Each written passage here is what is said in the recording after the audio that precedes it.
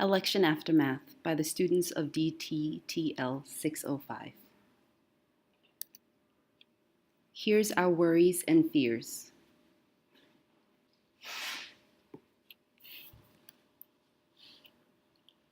I teach at a middle school built around modeling love and respect. I am scared that so much of what my students are seeing modeled by the new leadership of our country reflects hate and disrespect.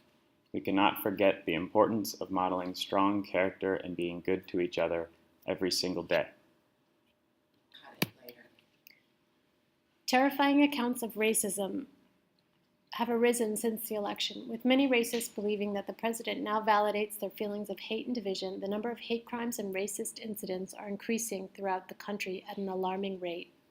Fear and trepidation run rampant in minority and immigrant communities, with their future safety and security taken away from them. With such uncertain days ahead of us, we must think of ways to support ourselves, our loved ones, and our neighbors, not only from racism, but from homophobia, Islamophobia, sexism, and bigotry. Hate may have been the driving force behind the election results, but it doesn't have to be the end game. I came out in the late 1970s when being queer meant you were a target for physical violence, hatred, and discrimination. I've fought for the rights of LGBT people for decades and seen our society take huge strides in the fight for equality. 3 times I got married to my partner of 23 years, and in 2008 my marriage was recognized. I am afraid of losing my rights. I fear the wrath of homophobia.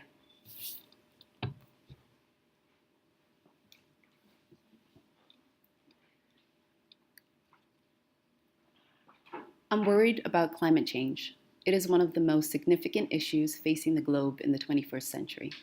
Temperatures are rising, water resources are being depleted, the land is being polluted, humans and animals are being displaced. Every aspect of our environment is feeling the impact. The world's first ever comprehensive climate agreement, the Paris Agreement, went into effect on November 4, 2016. In light of the recent U.S. presidential election, the future of this agreement is now uncertain. The United States of America was created as a country with honest people that wanted to be free and have a better future. One of the things that made the essence of the United States was the fact that it was a melting pot, a country where hardworking people could create a brighter future. As I see it, it was a country built on values as opposed to being built on a common nationality. Some of the greatest personalities in the United States were actually immigrants, such as Albert Einstein, Henry Kissinger, or Bob Marley. In the last few years, a lot of Central American immigrants have come into the United States looking for a dignified life. Under the Obama presidency, there was an effort to acknowledge these persons, even if they had come into the United States illegally. However, now, undocumented people will have to go back into the shadows and will lose the opportunity to work and be educated. Weren't the Pilgrims undocumented too? Isn't this going against all the core values of the creation of this country?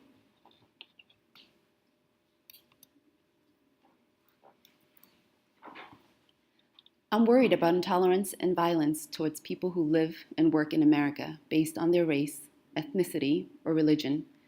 They are being judged by some people only because of what they look like.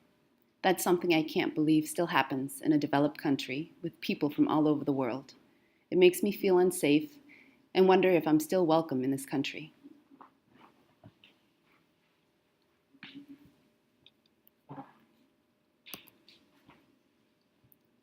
This kind of language is deeply demeaning and hurtful to women and girls. These words feel like violence to me. This is a paraphrase of a quote from Donald Trump, and I wanted to see what it would look like if Hillary Clinton had made those remarks. How does this make you feel? I'm worried about international people entering the U.S. I fear that the J-1 visa that is for exchange students and visitors may be canceled. It is going to be harder for international people who want to study or work in the U.S. to do so safely.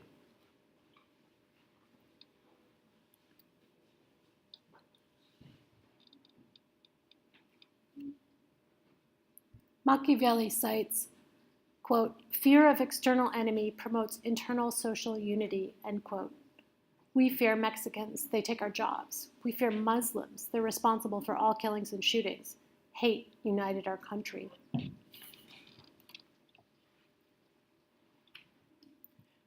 Unity and hope.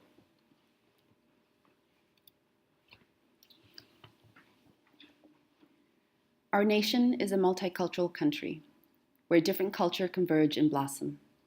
People of different race and background unite to advance. Thus, the true meaning of unity should transcend culture, race, and religion. Since we share the same faith in fair, justice, human rights, freedom, and love, we should stand together and fight for our beliefs. Americans' greatest comes from unity more than anything else.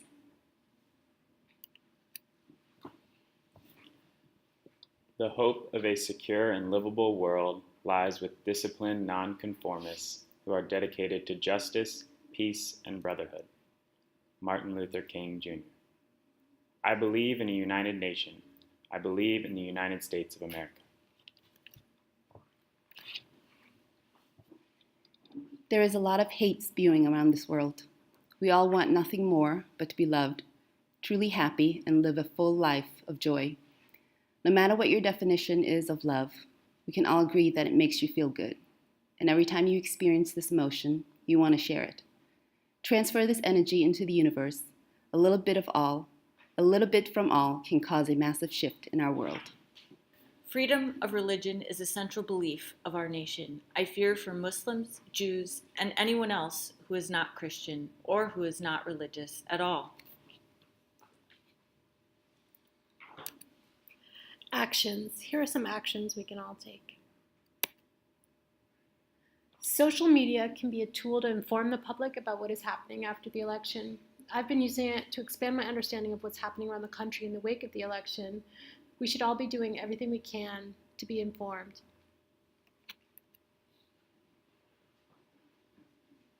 As a transplant from Indiana, I feel a tremendous amount of responsibility in maintaining open communication with those back in the Midwest that I strongly disagree with. There's a strong tendency for people to name call and disengage with those of a different viewpoint. I think it is more important than ever that we engage in meaningful conversations with those we disagree with. Through social media, we can look at our differences and try to understand them to have a positive impact.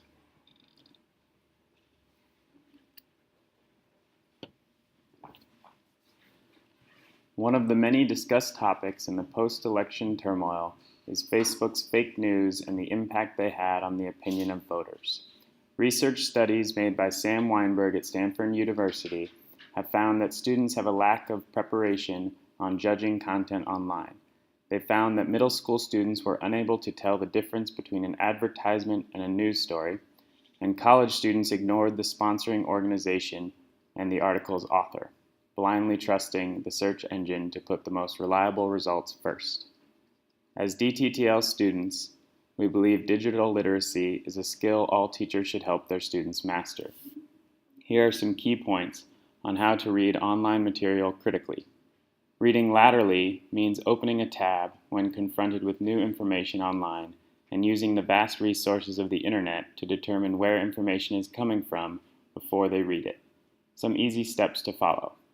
Number 1, sourcing. Examine where the source comes from. Is it a safe URL? Who wrote it? What was their intent? And is it reliable? 2, contextualization. Bring in additional information from the topic. What are the primary sources? Are they reliable? Number 3, corroborate. Look for different points of view and source them. Is it the only outlet reporting the story? Number 4, be skeptical. Before sharing, liking, or commenting, go through the steps and question your own bias.